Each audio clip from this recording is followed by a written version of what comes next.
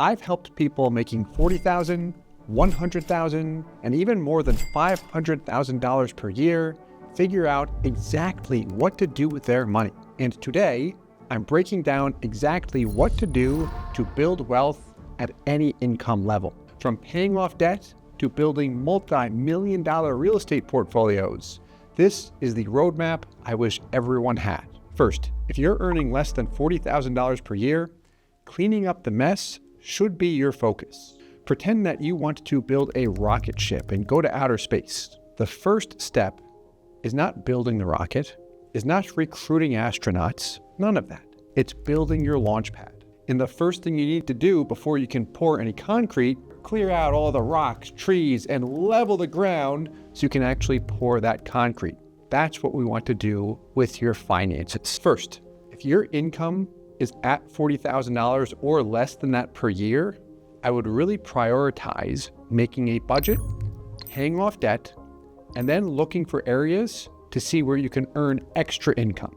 The second thing I would do is try to build a buffer, at least 3 months of your expenses. When I was at this level, for my first 4 years in the business, I actually made less than $10,000 per year, and I was struggling just to survive. So what I had to do was figure out how I could make more money in order to get to the next level. What helped me the most was that I was assigned Bible-based talks in my congregation, and I would practice those talks aloud constantly. And then when I delivered the live talk, I got a lot of good feedback from my friends, and what it helped me with was effective communication. So what I started to do is the same thing with work. I would work on my communication, and I tried really, really hard to make sure that clients understood everything I was explaining. One of my favorite questions to ask is, does this make sense? I want to know that a client is with me during a conversation about their money. I would do the same thing with written communication, specifically when it came to emails and also text messages. Sometimes I would read my emails aloud before I ever sent them. I still do this sometimes today. The thing was, I wanted to make sure that that message was crystal clear and that the person on the other side could read it one time, understand it, and know what to do. I didn't see any results immediately in terms of money in the bank, but during those years, I was developing skills that would eventually help me get to the next level. Next, if you're making between $40,000 and $80,000 per year, do this to build wealth. You did your construction, you leveled the ground, and now you can start to pour the cement for your launch pad. I would not start to invest in different areas at this level of income. I would probably pick one area and just start with that. For me, it would be either the S&P 500 or the S&P 500. The S&P 500 is pretty straightforward. I put money away, specifically in the stock market, and I don't touch it. I just let it compound over time. The S&P 500 can be a bit harder because this requires more time. What that means, the S&P, is that you're investing in me, in yourself. This can generate a lot higher returns, but it's going to require a lot more effort, and it has to be something that you want to do. Let's say you decide to go the route of the S&P. This means you're going to start your own business, for example. Now, this can be hard for a lot of people because you might be thinking about this, but then saying to yourself, I dedicate all of my working time toward my job so I can actually pay my bills. The idea of starting my own business is scary because what if I don't make anything? I remember hearing Daymond John from Shark Tank several years ago. He said, if you're starting a business, you can start small and just give it 1 hour per day in the beginning. Let's say you work 1 hour per day, 5 days a week for a full year. So you've got 1 hour. Okay, we'll start there. For 5 days, what does that come out to? Equals 5 hours a week.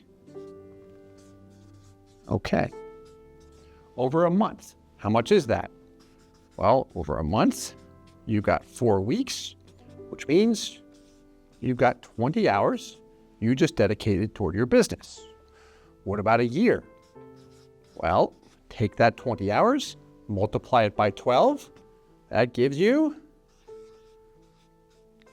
240 hours that you have spent on your small side business that you eventually want to become your primary business. The question is, how much money do you think you could make by putting 240 hours into something? Probably more than you think. Now, what if you can double it and make that 2 hours per day for 5 hours per week? Well, if you double it, now we're talking. Now you've got 480 hours per year. I would bet you'll be able to generate some decent income, and you'll also learn a lot. Imagine practicing one thing over and over again for 480 hours. You'd probably be an expert on that specific thing that you're practicing. Business, public speaking, whatever. My point is, at this level, I would use my income from my regular job to support what I want to do here. Meaning if I make between $40,000 and $80,000 per year, and that pays the bills, I don't have to stress out about the bills. And then I can take an extra 5 to 10 hours per week, invest it here, and this will begin to produce. Just set the expectation that it is going to take time. This is the approach I would take, mainly because I do have a lot of fun with business and I thoroughly enjoy working. If you have a different way of doing things, or if you prefer the S&P 500, that's okay. Do what you think you'll enjoy the most. Next, at $80,000 to $150,000 per year of income, you need to be doing this with your finances. Your launch pad is ready. You've got your rocket. Now you just need to point it in the right direction. Meaning, we don't want to launch toward the sun if our destination is Mars. So what I would do here is take an hour or two to work on your strategy. So here's what I mean when I say this. Let's say your income is $150,000, and that's before any expenses. This is your top line gross income. Now, after paying taxes and paying for life, let's assume that you're left with $30,000. So taxes and life cost you 120 grand per year, and that means you're left with 30 grand. Okay. So the question is, what do I do with this $30,000? There are a lot of different areas you can put it. Let's break it down into 3 main categories. And this is going to be different buckets in terms of how taxes work. So the first bucket is a tax-deferred bucket.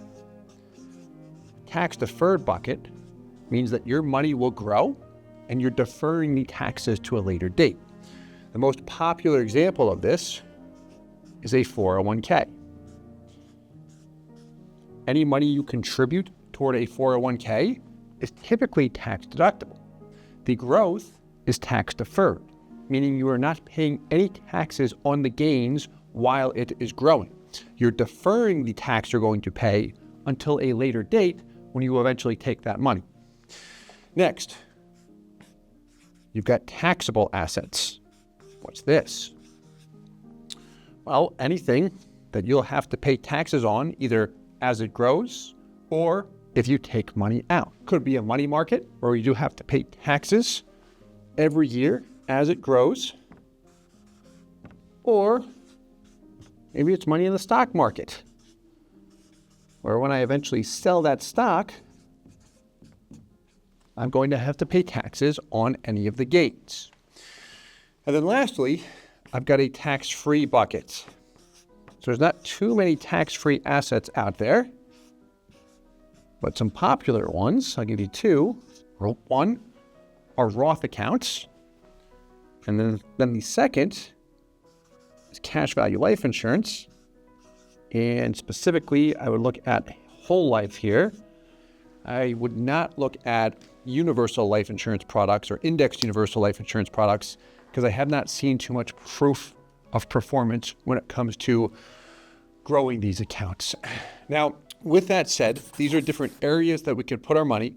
A lot of times we'll see our clients attracted to whole life insurance, and a big reason why is because I can save the money for retirement, but I can also access that money while I'm working It's very popular among business owners and also real estate investors. The thing is, before I put money toward any of these areas, I do want to see money in the bank.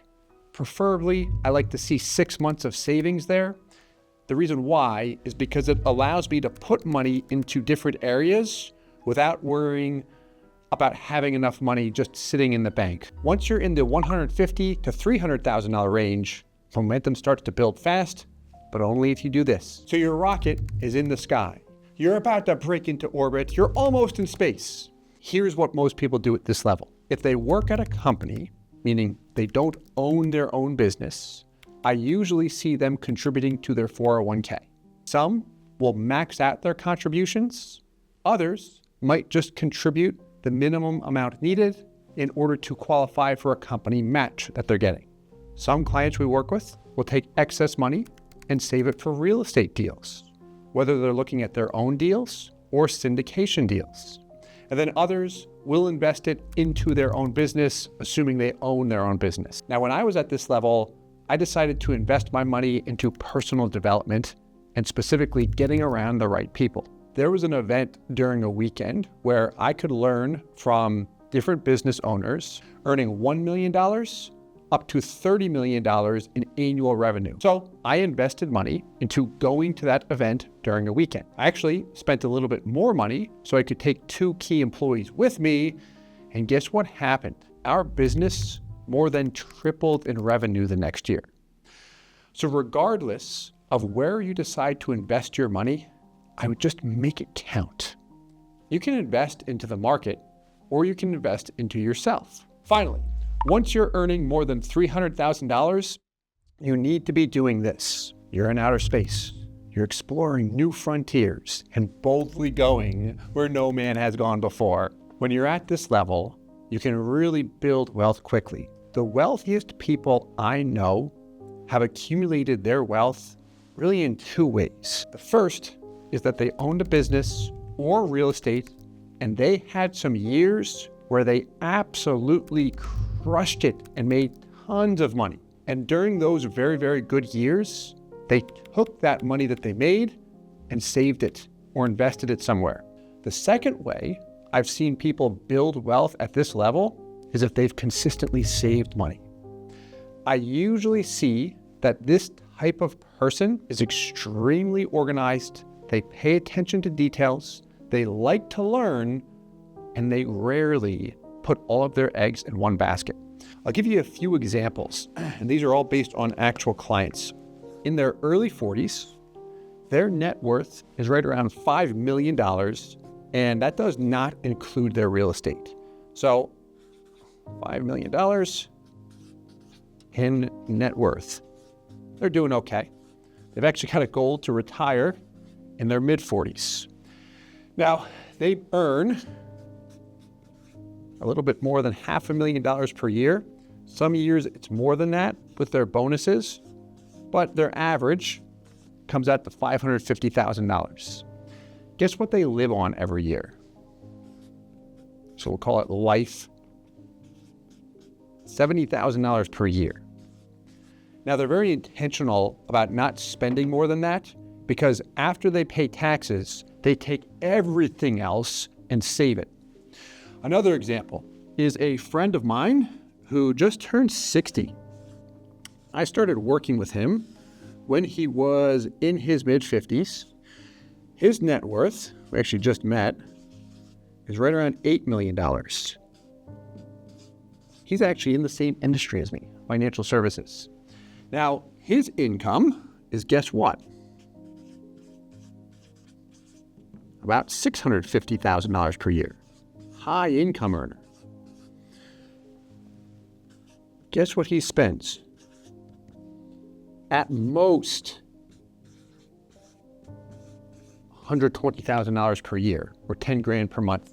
And he even said, like, that number right there, Steve, like, that is way more than what my wife and I actually need. That is a high-end month if we're spending that much. Which means, after paying taxes, everything else is going into savings. And then we also have a client who is currently in her early to mid 50s. She works for a coffee company that I could probably keep in business by myself with the amount of coffee I drink. She works for Starbucks. Her net worth is in excess of $10 million. Now, when you look at her income, her actual salary and bonuses that are cash, it's right around $300,000 per year. However, she gets a lot of stock options and other bonuses that she's been able to liquidate because she's been with the company for a long time. So what she's done is taken, call it those bonuses, and saved them. All three of them are extremely organized when it comes to knowing where their money is. I've seen consistent patterns with all three of them, even though their ages range quite a bit. And all three of them have saved money very, very aggressively. Now, when we look at where their money actually is, they all have it broken down in a spreadsheet. It's taxable accounts, tax-deferred accounts, and tax-free accounts. When you look at their tax-free accounts, they all take advantage of the mega backdoor Roth IRA, all through their employer, and then they all have large cash value life insurance policies as well. So if we look at their life insurance policies, they're all whole life, all with a specific focus on maximizing the cash value.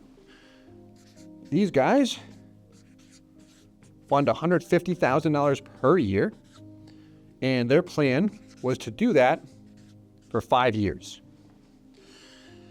My friend John up here, $400,000 per year. And his original plan when he started was to do this for 4 consecutive years. And then my friend over here, who works for Starbucks, she got 2 big policies.